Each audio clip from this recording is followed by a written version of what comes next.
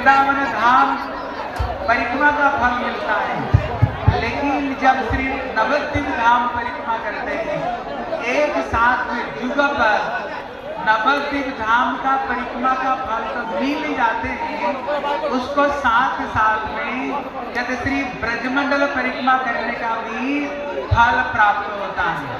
कहते ये ब्रजमंडल का कौन सा स्थान है? कहते यहाँ पर दो स्थान हैं। एक तो ये भांडिरी बट, नाम सुने कि नहीं भांडिरी बट, जहाँ पर राधा कृष्ण की मल्ल युद्ध हुई, जहाँ पर कृष्ण बैठ करके सखाओं को साथ में जहाँ पर वन भोजन करते थे। एक समय कृष्ण सखाओं को साथ में खेल रहे थे, इतने में ललिता भी साथ आई। बोले तुम लोग क्या कर रहे हो? बोले हम लोग मल्ल क्रीड़ा कर रहे हैं। बोले मल्ल क्रीड़ा? ये मल्ल क्रीड़ा किसी विशेष व्यक्ति जो होते हैं वो करते हैं, तुम लोग तो गैया चराने वाले और गैया को पीछे पीछे दौड़ने वाले, तुमको मल्ल क्रीड़ा क्या आता है? बोले ज्यादा बोलो मत, हमारी जो खलीफा ना लीडर कृष्णा, ललिता बोली तुमको पता है हमारे लीडर कौन है? बोले श्रीमती राधा रानी। बोले दोनों में मल्ल क्रीड़ा हो जाए, दोनों में मल्ल क्रीड़ा हो जाए। इतने में कृष्ण का जो पता चला श्री राधा रानी को साथ में हमारी मल्ल क्रीड़ा होगी, वो तो कृष्ण का अपना शुरू कर दिया। सुबह कहता है क्या कर रहे हो? उनका अभी लीडर आए नहीं, पहले से तुम काम पर क्यों रहे हो? बोले राधा रानी का नाम सुनते ही पता नहीं मेरा क्या हो जाता है। अभी राधा रानी तो निकली नहीं, जब कुंज से केवल राधा रानी निकली और एक बार तिरछी चितवन से श्री श्याम सुंदर को देखे, इतने में श्री श्याम सुंदर वहीं पर गिर पड़े और राधा रानी का जितने पार्टी थी ना, बड़े जोर से ताली बजाए, बड़े जोर से ताली बजाए। श्रीमती राधा रानी की। कृष्ण बोले ताली क्यों बजा रहे हैं? बोले तुम हार गया ना। हार गया कैसे? किसका नाक ऊपर बताओ? हम कहते ना तुम्हारे नाक नीचे कर देंगे। कृष्ण ऐसे पड़े हुए, इसलिए कृष्ण का नाक ऊपर और राधा रानी का नाक नीचे है। बोले किसका नाक ऊपर? मेरे नाक ऊपर है, मतलब मैंने जीता और राधा रानी ने हार गई। और जितने सखा लोग थे ना, जोर से ताली बजाए। तुम लोग तो हार गए हो। हम लोग सखा के दल के नहीं है, हम लोग कृष्ण का पार्टी नहीं है। हम किसके पार्टी है? ताली क्यों बजाए?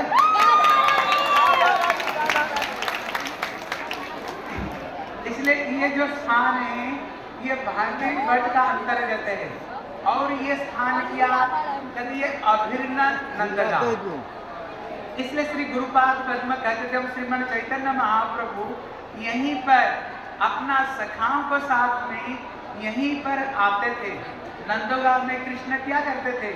घर घर में जाकर के मक्खन चोरी करते थे और ब्रज गोपियों के घर में मक्खन खाया करते थे। जब श्री चैतन्य महाप्रभु अपना परिकरों को साथ में यहाँ आया करते थे, यहाँ पर आते ही श्री नंदगांव का स्मरण होने लग जाता था और यहीं पर श्रीमन चैतन्य महाप्रभु नंदगांव की भाव में विभावित होकर के यहाँ पर बहुत हजार हजार गोप लोग थे और घर घर में जाकर के श्री महाप्रभु उनसे मक्खन मांगते थे। इसलिए ये स्थान अभिन्न नंदगांव। श्री गुरुदेव कहते थे कि जो नंदगांव है ये नंदगांव साधारण स्थान नहीं, कहते ये विप्रलंब का सर्वश्रेष्ठ स्थान श्री नंदगांव। क्योंकि नंदगांव में उद्धव बिहारी गुरु जी कहते थे, ये उद्धव बिहारी में ही उद्धव जी आकर के ब्रजवासियों का, ब्रज गोपियों का प्रेम को देख करके और विशेष करके श्री राधा रानी की प्रेम को दर्शन करते हुए कहते ना, उद्ध शुद्ध है गयो सुनी गोपियों की बोल और ज्ञान बजाए डुगडू की बाजे प्रेम की ढोल। इसलिए यहीं पर ही उद्धव आकर के ब्रज गोपियों की जो महिमा जो सर्वश्रेष्ठ है, यहीं पर आकर के श्री यही स्थान वो उद्धव कियारी जिसको कहते उद्धव जहाँ पर श्री नंदगांव कहते हैं, श्री उद्धव जी यहीं पर ही कहते आशा महोचरण रेणु जुसा मांग श्याम वृंदावन किमपि गुल्म लतो सधिना। जहाँ पर उद्धव जी ब्रज में तृणा गुल्म लता रूप में जन्म लेने के लिए उद्धव जी प्रार्थना किए और बोले वंदे नंद ब्रज श्री नाम पाद रेणु अभिष्णस जासाम हरिकितो गीतो पुनादि भुवन त्रयम। जहाँ पर श्री उद्धव जी केवल राधा रानी की चरण की एक धूल को उन्होंने वंदना किया है। बोले श्रीमती राधा रानी की। इसलिए ये अभिन्न नंदगांव कहते जो नौ तरह का जो भक्ति है, कहते जो नव जो दीप है, एक एक भक्ति जो दीप एक एक भक्ति की अंग है। कहते ये जो स्थान है, आप लोग को बताओ कि नव विद्या भक्ति का कौन सा स्थान है? अरे बोलो। हाँ, इनके लिए ताली बजाओ, तुम लोग कोई बोल नहीं। इसलिए ये जो स्थान है, नवद्वीप धाम परिक्रमा करने पर कहते हमें एक एक भक्ति की अंग को प्राप्त हो जाता है। जिसलिए प्रहलाद महाराज बोले श्रवणम कीर्तनम विष्णु स्मरणम पाद सेवनम अर्चनम बंदनम तस्य सच्च आत्मनिवेदनम इति पुंसारोपिता विष्णु भक्ति चेतनवलक्षणा क्रियते भगवत अध्या तन्मन्ये भीतमुतम। ये श्लोक को ऊपर विश्वनाथ को जब टीका करते हैं, यहाँ पर कहते 9 तरह का भक्ति की बात छोड़ दो।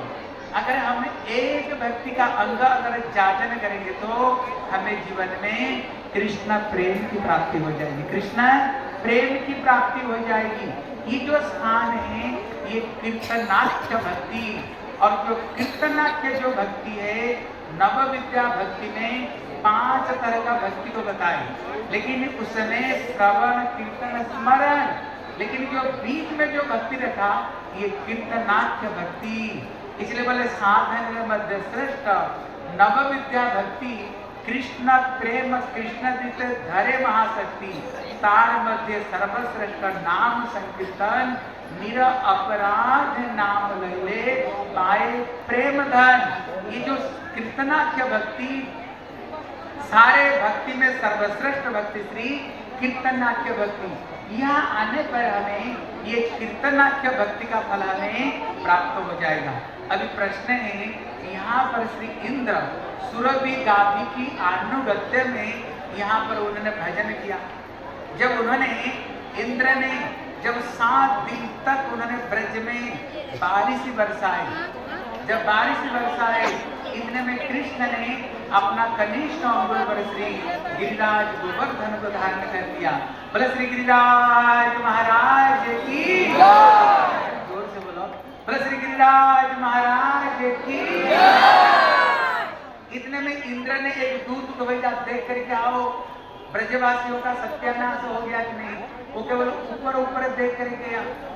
बोले महाराज यहाँ पर एक चिट्ठी तक अभी नहीं, सब समाप्त। और एक दूत को भेजा, दूत देख कर गया। उसने नीचे आ करके देखा, वहां पर तो धूल उड़ रहा है, वहां पर एक चिट्ठी तक भी मरे नहीं। जब वापस गया, बोले बताओ ब्रजवासियों का सत्यानाश हो गया कि नहीं। बोले ब्रजवासियों का सत्यानाश किया, तेरा ही सत्यानाश हो गया, तेरा ही सत्यानाश। बोले मतलब, बोले जिसको तुम बालक समझ रहे थे वो तो गिरिराज गोवर्धन को धारण किया। फिर इंद्र ने ध्यान लगाई, ये कौन है? बोले ये साक्षात मेरे प्रभु है, मेरे प्रभु है। फिर उन्होंने माफी मांगी।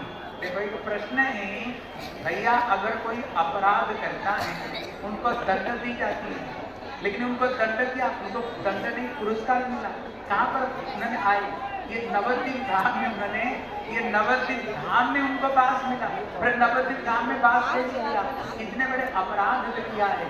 इसलिए श्रील वृंदावन दास ठाकुर कहते हैं, जब तो देखो चैतन्य अरि से सब चैतन्य लीला पुष्टि का, मतलब